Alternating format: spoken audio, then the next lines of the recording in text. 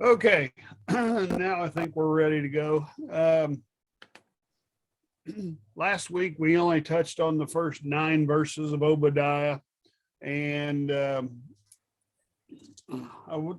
did want to circle back a little bit on that because I think we kind of, in our rush, kind of left some things that we could have talked about. We talked a lot about the sins of the Edomites and everything, about the different things. But I wanted to kind of circle back a little bit because there were some questions that I sent out that had a focus, and so I wanted to just chat a little bit more about Esau's pride and how that extended into Edom. So last week we discussed that Esau's pride got in the way of his ability to coexist with his brother and his family. And, the conflict, even though it was primarily between him and his brother, I'm sure it carried over to some degree with all of his other family relations as well. Obviously, Rebecca tended to favor Jacob, and so I'm sure she was on his side. But as a mother, she can sometimes still, struggle with, how to comfort both children. And Father Isaac, of course, had passed away at some point. And so Esau probably felt abandoned to some degree as well. But then this pride carried on into the nation of Edom. And whether, it was Esau telling stories or whatever, the stories and the history of it carried on through, so that all of the people that loved and believed in him probably carried that same grudge and everything toward Jacob and the nation of Israel. And God had intended for all men and women to trust him for their protection. However, as we talked a little bit, Edom depended more upon where they lived in the rocks. And they also depended on the fact that they formed alliances with other, not the greatest nations in the world either. I mean, they kind of teamed up with some pretty evil-minded people. And in 586 BC, Edom had even formed an alliance with Babylon, and I think we chatted about it briefly, but they joined in on the attack of Judah. And so they really were on that wrong side. But so as a result, they were instrumental in helping carry away the exiles into captivity. But 5 years later, then Babylon, who decided they had no more use for Edom, turned on them and decided to capture them as well too. So not sure if, the Israelites and Judah just kind of ran out of slaves or people to conquer. And so Babylon just said, well, we're going to take the next best thing, which is Edom.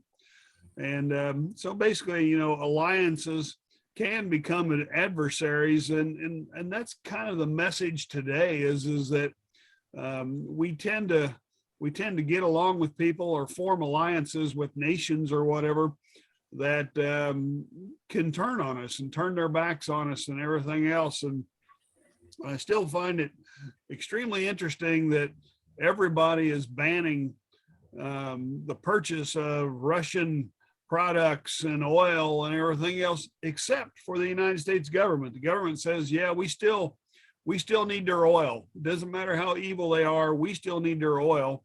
And so we're going to continue purchasing it.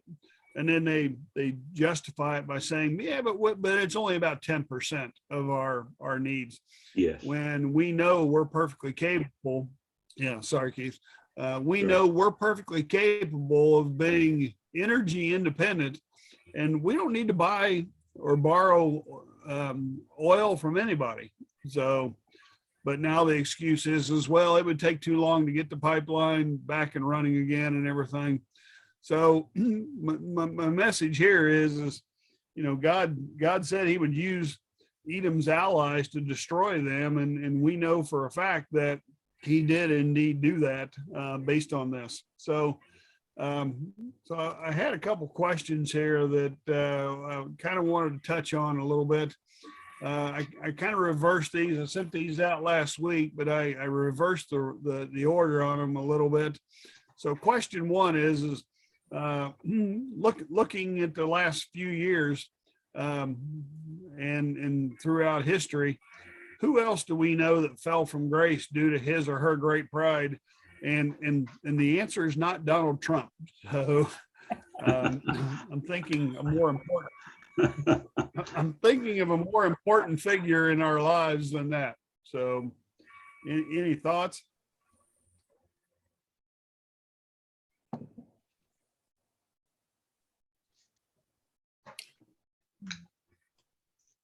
All right, now are you talking about current people or biblical people? Yes. Okay, all right. Could be either. Nebuchadnezzar. Well, yeah. Hezekiah. Who was the first? Who was the first to fall from grace? I was going to say Satan. Wasn't he an angel? Satan. Yep. Yep, there you go. Yeah. Satan was an angel. Depending on what you read, was probably one of the most beautiful of the angels, and very, very had a very high position, probably just below Jesus. But Satan was very prideful and everything, and he wanted to be God himself and things. So he wasn't happy with his position.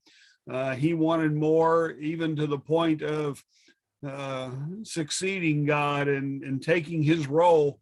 And I was reading an article the other day that said it is not true that Satan fell from grace and fell from heaven.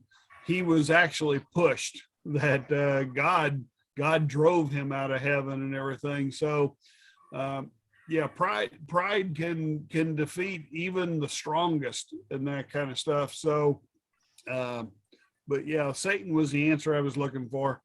But I think pride gets to a lot of people today, even whether it's politics or sports or anything else. And I think that's just a function of the kind of the idolatry and stuff that we talked about, whether it's the idolatry of self or sports or movies, celebrity, anything. So it can affect all of us to some degree.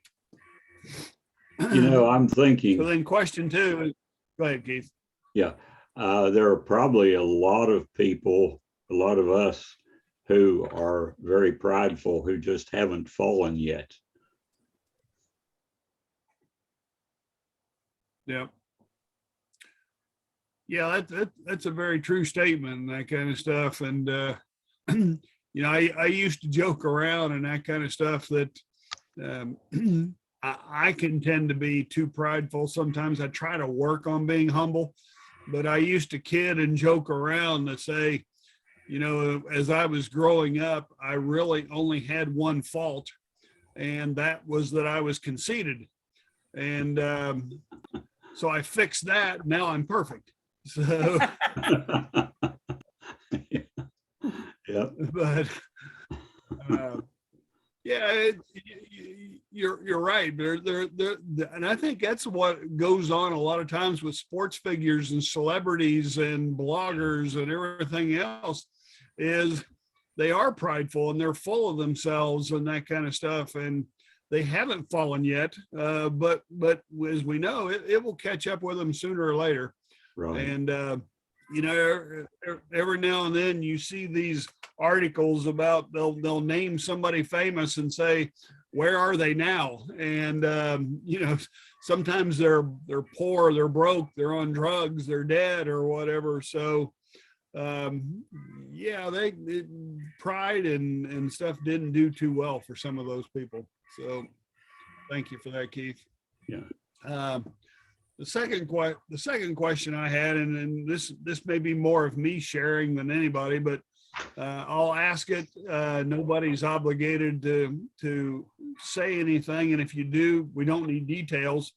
But if you're willing to share, have you ever had to swallow your pride and accept something that you may have passionately disagreed with? This could be family, business, anything.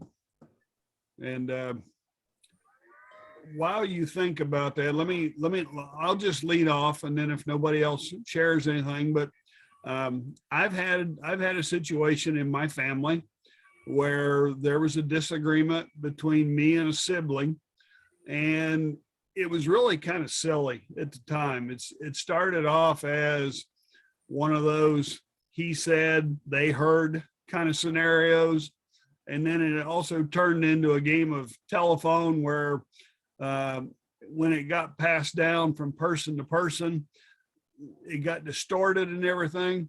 But, you know, I could have held my ground and took a position that I was right and that kind of stuff, and that we shouldn't be arguing about these silly and trivial things. But what I saw is it was really hard on my mother and things, because she would never, ever choose a side, even if she felt like somebody was in the right or whatever. And so in order to try to make peace and that kind of stuff, I just accepted fault and decided that I would take whatever came out of that, and so that things could move on and that kind of stuff. So, you know, I think pride, even though a lot of us live very good lives and can have the smallest of things can get in the way of our happiness and affect others and that kind of stuff. So, you know, I'll be the first to admit that I'm less than perfect, and it's more than just being conceited sometimes. So I just want to share that. And so if anybody else has anything, I'll be quiet for a few seconds, and if nobody does, that's okay as well too. Okay, so I have one that will maybe surprise you guys, but it's kind of come clear over the years. I, in my mid-30s, had someone told me that my job as a wife was to stand in support of Mike. I probably would have yelled loudly and said, no, that's not my job. You know, I'm independent. I'm not supposed to just submit to him and do what he wants to do. So he decided to go solo and open this pharmacy when he was 36. I had a job. I had a career. I was not really on board, to be honest. And he just kept saying, Laura, I'm led to do this. And so I finally decided it was my job to stand in support of him. But I stayed at the bank and did my own thing for about 7 years while he opened the store. And I just worked at night and weekends on the books and did that stuff. And through all of that, God did kind of teach me that it is my job as his wife to understand the word submit and understand that that means to stand in support of what he is led to do. Doesn't mean I can't be led to do my own things. But when I see this business 17 years later, I understand that he was right. And the lives that we've touched and the people that we've helped, I would not have done it without him saying, Laura, we're doing this. And I did not agree with it. I only did it because I loved him and I wanted him to be happy. But I see it now, clearly. So long story short, I did have to swallow my pride and say that he was right in where we were led to be. We were led to be, not just him.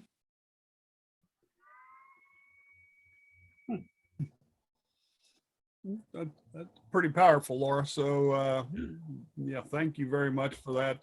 Yeah. What you just said reminded me. I was listening to the radio as I was driving this week, and something was said that really touched me. That this it goes along with what you just said.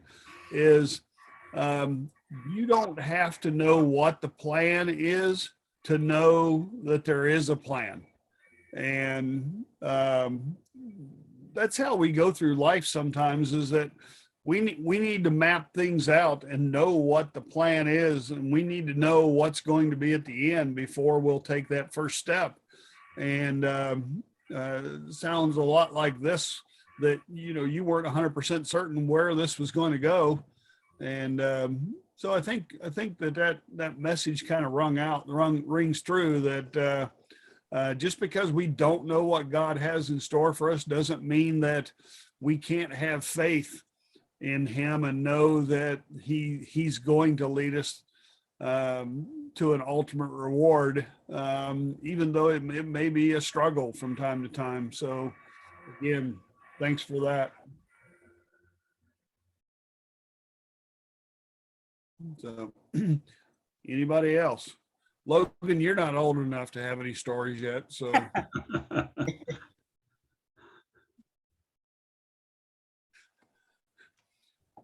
But they'll come, trust us.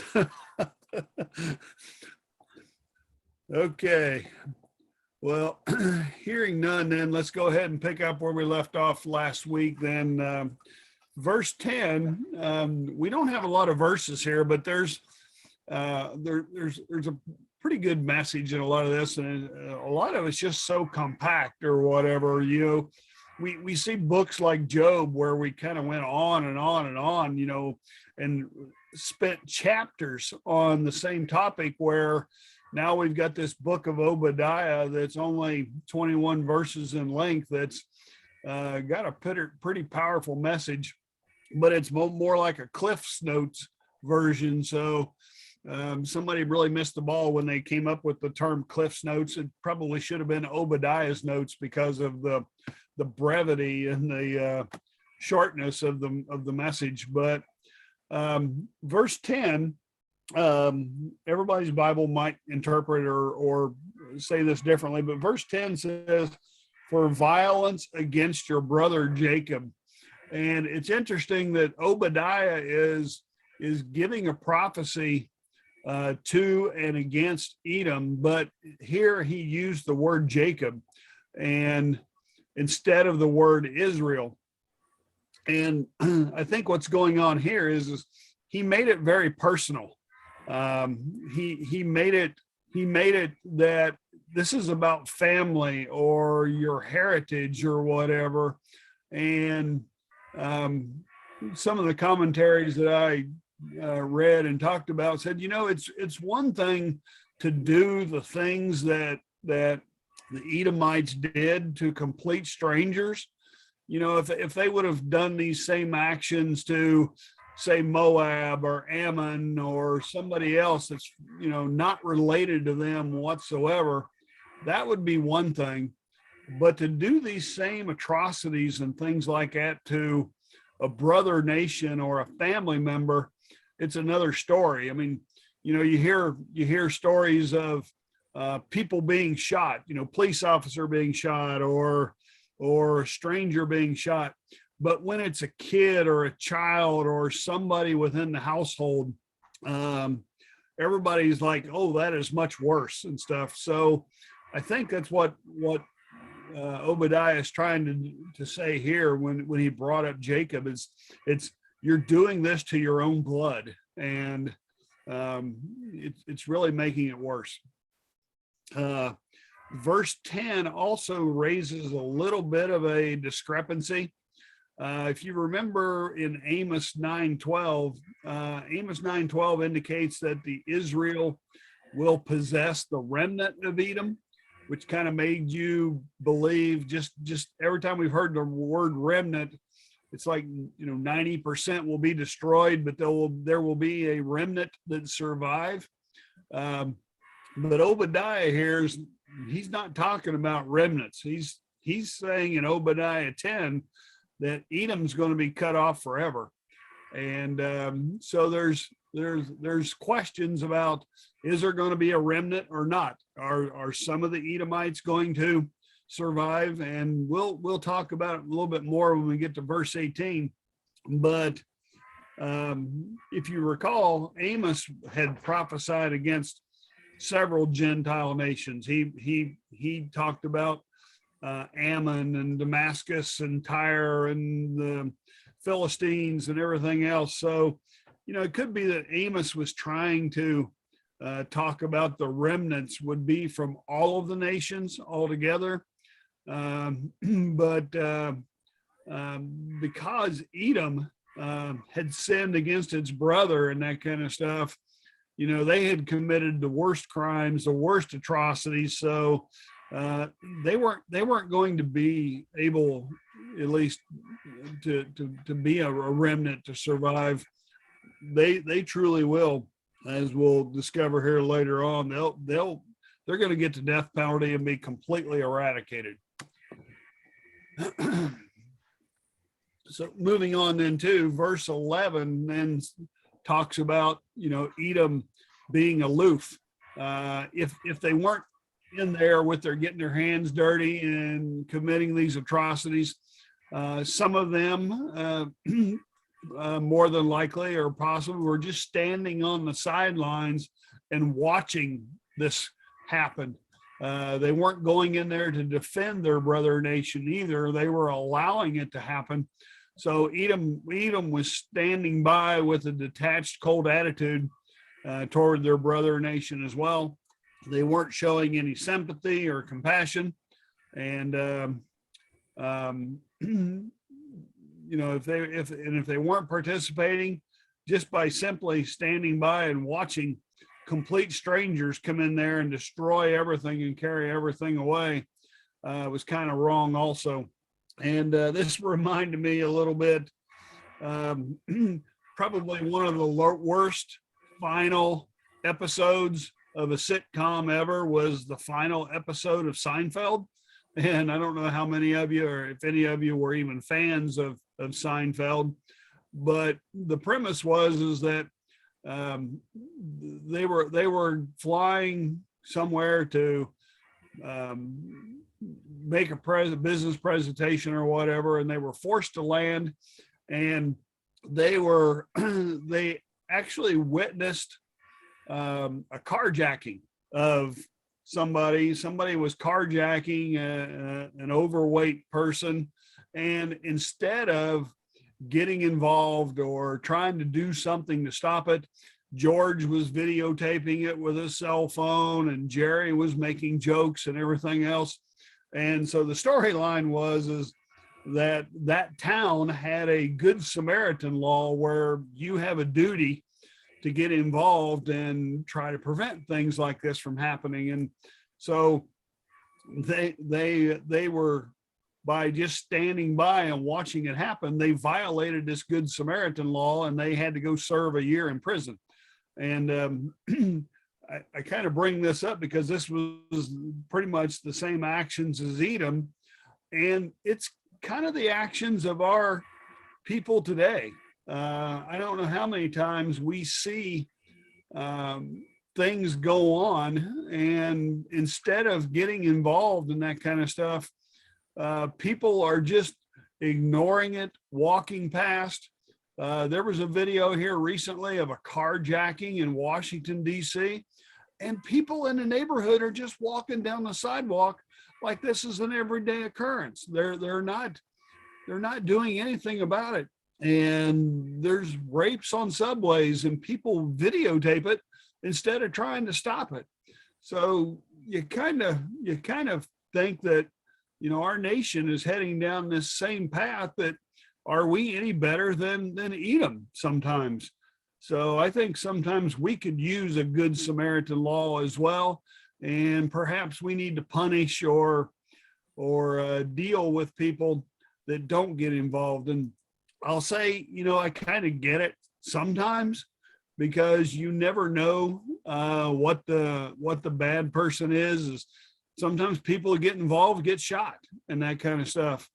But I would rather see somebody run and hide and that kind of stuff instead of whipping out their cell phone and videotaping it. So it's just a sad state that we even have to recognize these things.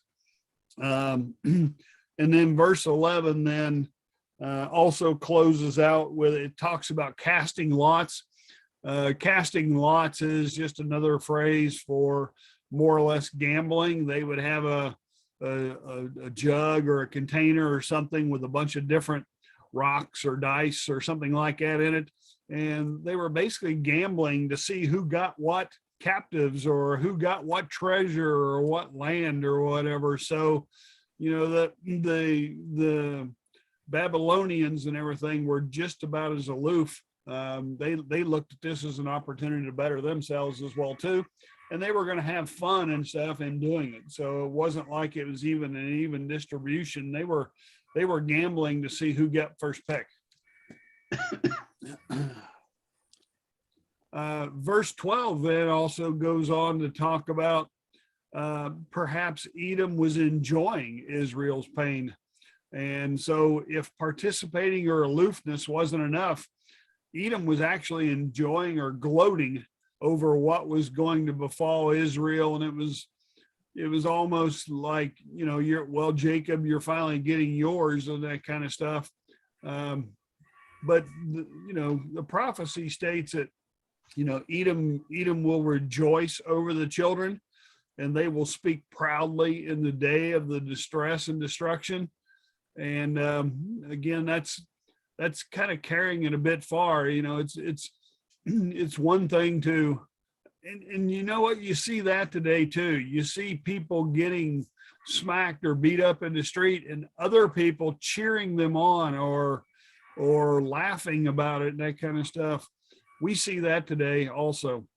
And throughout verses 13 and 14, Obadiah repeatedly says, basically, you shouldn't have even been there in the first place. You shouldn't have gazed upon these events.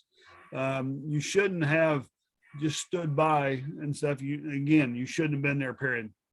Then Obadiah kind of goes into the discussions about looting and stuff. He kind of paints a picture that even though the Edomites weren't actually participating in the destruction or those that weren't participating, they were still kind of like almost like the jackals or vultures or whatever that would dart in and grab some treasure or whatever. So they were looting and that kind of stuff. And I don't have to go on very long to know that happens almost on a daily basis and that kind of stuff in our nation. So, and then there was probably still some Edomites that were standing, in the distance watching as well too. And they would then participate that if some of the Israelite people tried to flee or escape, they would either capture them or kill them and stuff. And we don't know if they were doing that as a way to curry favor with the Babylonians, or were they just, plain mean people picking on this and taking advantage of the situation. So the actions of the Edomites were bad in just so many different ways that, the statement that how could you do things like this to your brother? How could you do things like this to anybody? If you were really a genuine human person that believed in some kind of a God. Verse 15 then starts a new section, and it's talking about the day of the Lord, and the day of the Lord is near. So verse 15 predicts the day of the Lord for all nations, not just Edom, but it says, for the day of the Lord upon all the nations is near. And then it goes on to, in various ways, more or less talks about be careful what you do because it's going to happen to you. So he says, as you have done, it shall be done to you. Your reprisal shall return upon your head.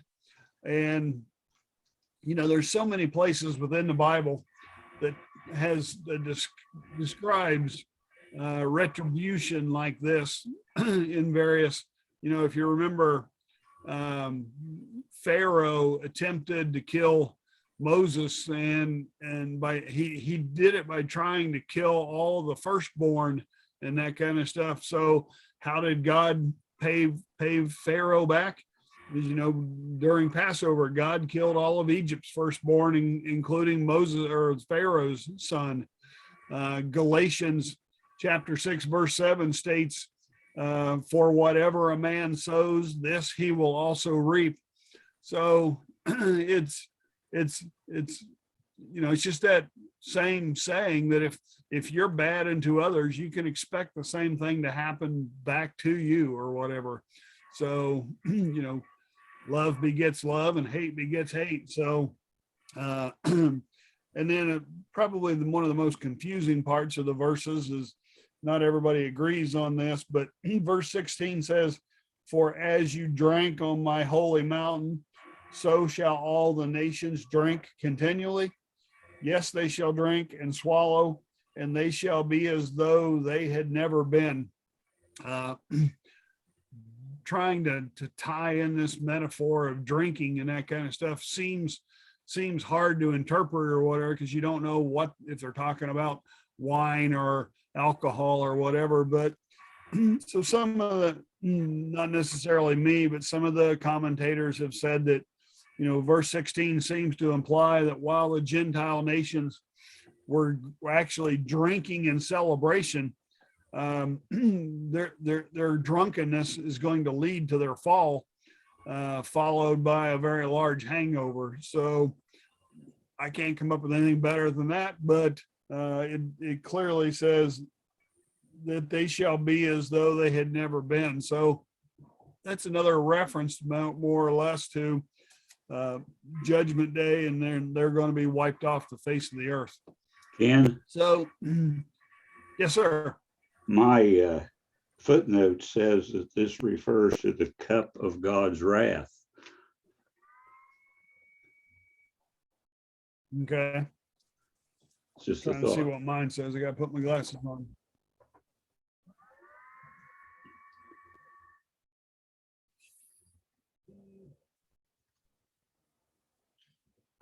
Yeah, not certain, but yeah, that's another interpretation. But that makes it sound like, I don't know. I'm trying to figure out how to interpret that. So It's hard. Mine, It is. my footnotes say cup of drunkenness from which his enemies will be made to drink, Okay. which is That God's kind wrath. of ties in a little. Yeah, that kind of ties in a little bit to Keith's version as well. Mine doesn't say anything about that at all. So mine talks, a little bit about the drunkenness and that kind of stuff. But no matter what, that's why I said no matter how you interpret it, the last sentence is pretty clear that they're going to cease to exist, pretty much. Right. Again, what how they get there, obviously, yeah, it is going to be, because of God's actions or judgment or whatever, but because all of this falls under the day of the Lord and final judgment. So that was what was going to spur my third and final question today, is that several of the prophets have made reference to the day of the Lord. And as we've discussed, the day of the Lord can also be described as final judgment.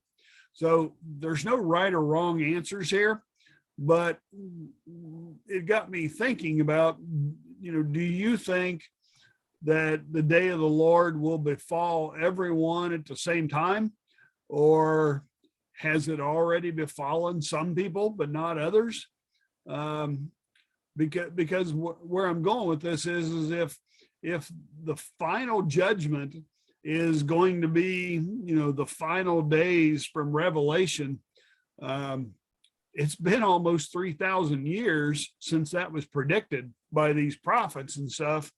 And it doesn't take much of a Nostradamus to predict something that might not occur for 3,000 years. So, so what are your thoughts? Does anybody think that the day of the Lord is all inclusive or global or what?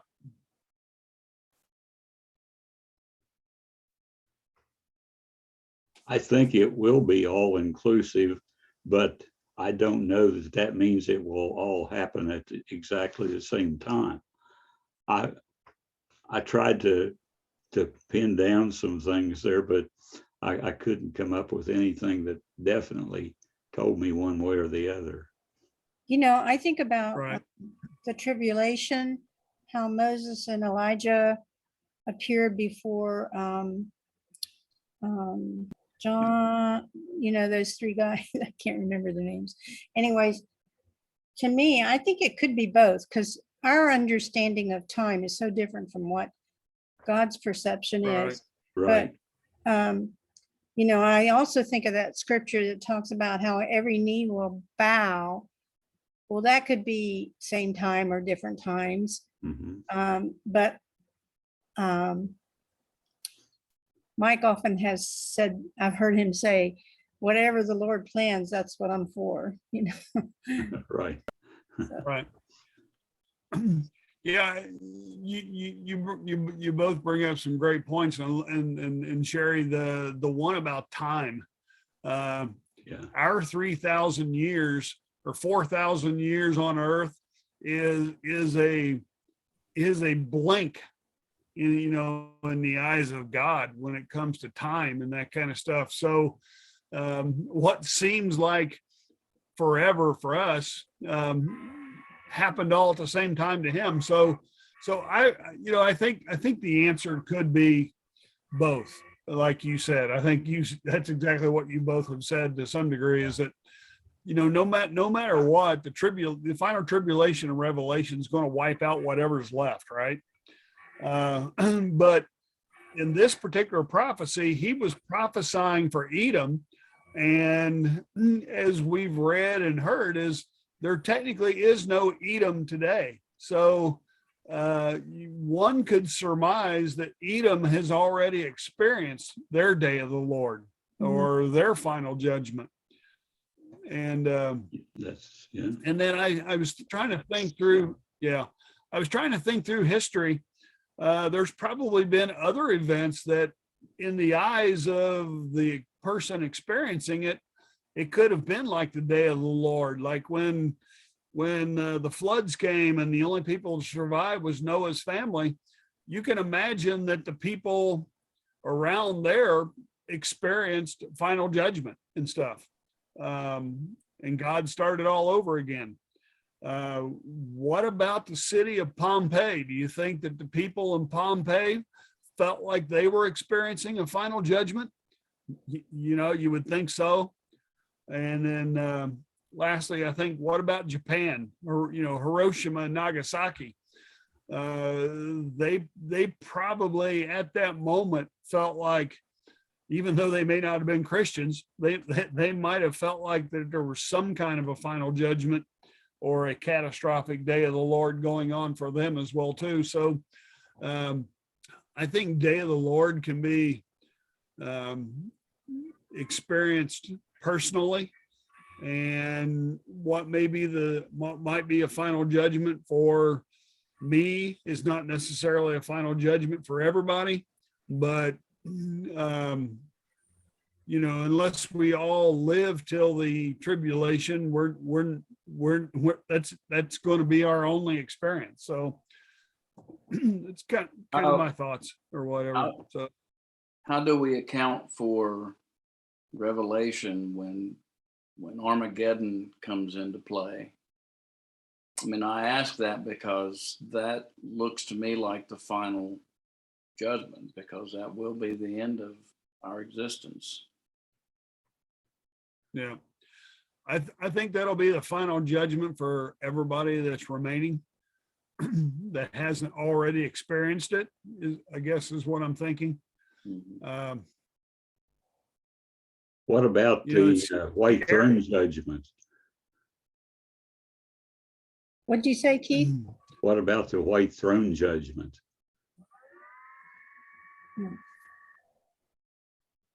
Yeah, that I'm not sure of, Keith. You've mentioned that before. Yeah.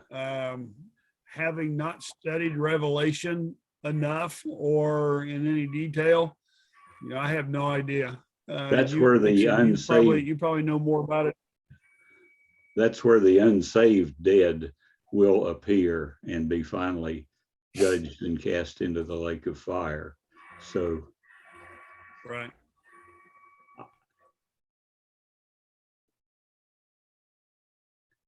So it's still Well, a it's kind of like, question. go ahead. Yeah. Well, it's kind of like the discussion we had earlier. Just because we don't know God's plan doesn't mean there isn't one. Just because we don't know the answers to this or when final judgment's going to appear doesn't mean that there's not going to be one. So it's probably one of those we'll know it when we see it kind of things. It's scary right now with everything that's going on in Europe and in the Ukraine and everything, that it easily could turn into a fire from the sky type event. And this Russia thing, I mean, agree or disagree with me, isn't this a very similar situation as Esau and Jacob, that we have one nation turning against a brother nation or whatever? That's true. And it's partly out of pride. It's now, I think it's more about the oil and the gas and the money. Don't get me wrong, but the argument that Putin made was, well, this used to be part of Russia before. We never should have split up like this. So I want to bring all my brother nations back under our fold again and turn us back into one large nation again. That's a prideful statement there. That, he's upset at how they were broken up and that kind of stuff. So it's that again, is that Satan working behind the scenes? I don't know, but it's scary. So I'll just say that.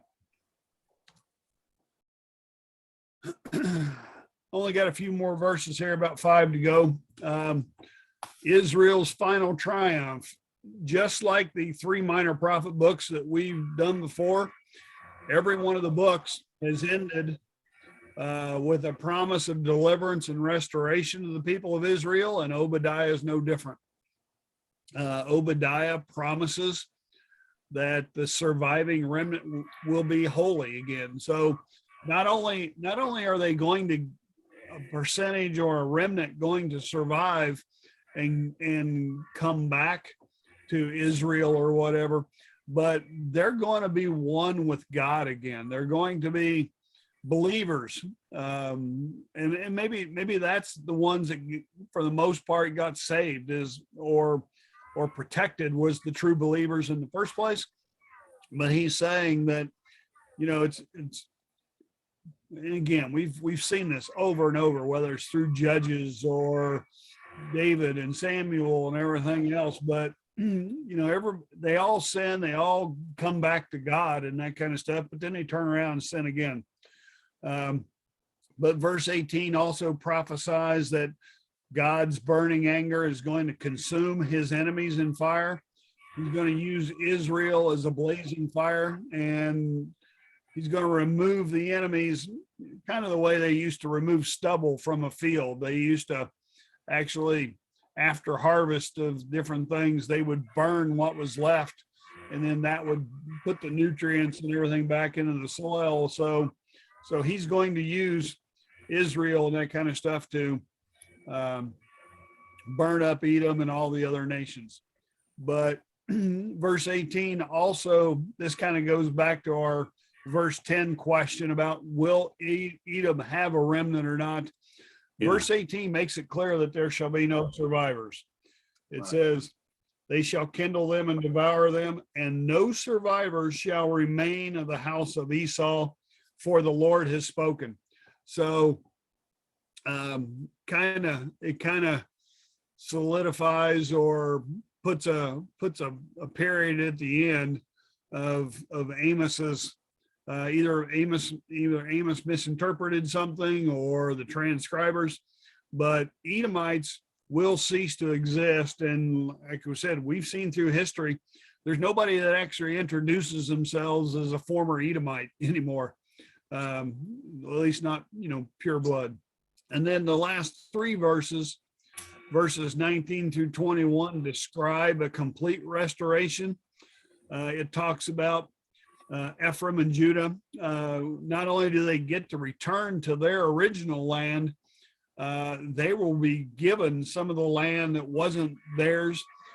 You remember we talked about even though the 12 tribes were supposed to go in and completely dominate, they never completely captured all the land. There was still land in Phoenicia and Philistia that they never quite got control of. Verses 19 through 21 is basically saying you're going to get control of those lands as well. And then the final sentence or two talks about the captives of Sepharad or whatever, however you pronounce it.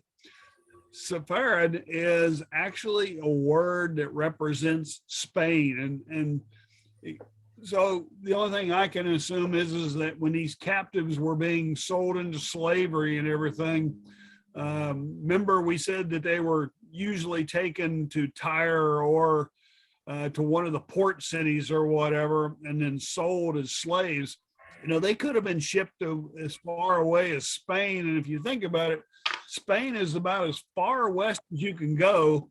And then you until Christopher Columbus and stuff tried to sail around the world. That was the westernmost extent of everything. So I think that was their way of describing that they were distributed very far, but even they will get to come back to their homeland, and they will once again be one nation, and they will all be under the kingdom of the Lord. So I did create a little bit of an update of our map, because those verses describe that Edom is going to become under the power or the rule of Judah, as well as Philistia. So this whole area then now is kind of, even though it's still kind of a divided kingdom, it did make reference to Ephraim. And if you remember, Ephraim is actually Israel, and it makes mention of a city called Zarephath. All the way up here at the top of the screen. Whoops. Yeah. Top of the screen, north of Tyre and everything is Zarephath. You're almost getting back into the land of that's still considered Phoenicia, but it's almost all the way up into Assyria and things like that. So it doesn't describe whether or not they took control of Ammon or Moab, but you can assume that they're going to eventually get control of all the lands in this area sooner or later. And so I just kind of wanted to share that with you. Okay, before I open it up to questions, next week we'll start on Jonah. And while so far every one of our prophecies have been a little bit different, Jonah's won't be any different. It's going to be a prophecy against another Gentile nation. He's been told to go to Nineveh, and he's going to prophesy against the nation of Assyria. So that might be a fun one, because as we've discussed, Assyrians can be ruthless. But next week we'll discuss the introduction of Jonah. And then we'll probably at least get into chapter 1, which is his flight from God. So read Jonah chapter 1, read the intro and day 1 of your study guide, and we'll be ready to discuss that next week. So any questions, concerns, thoughts?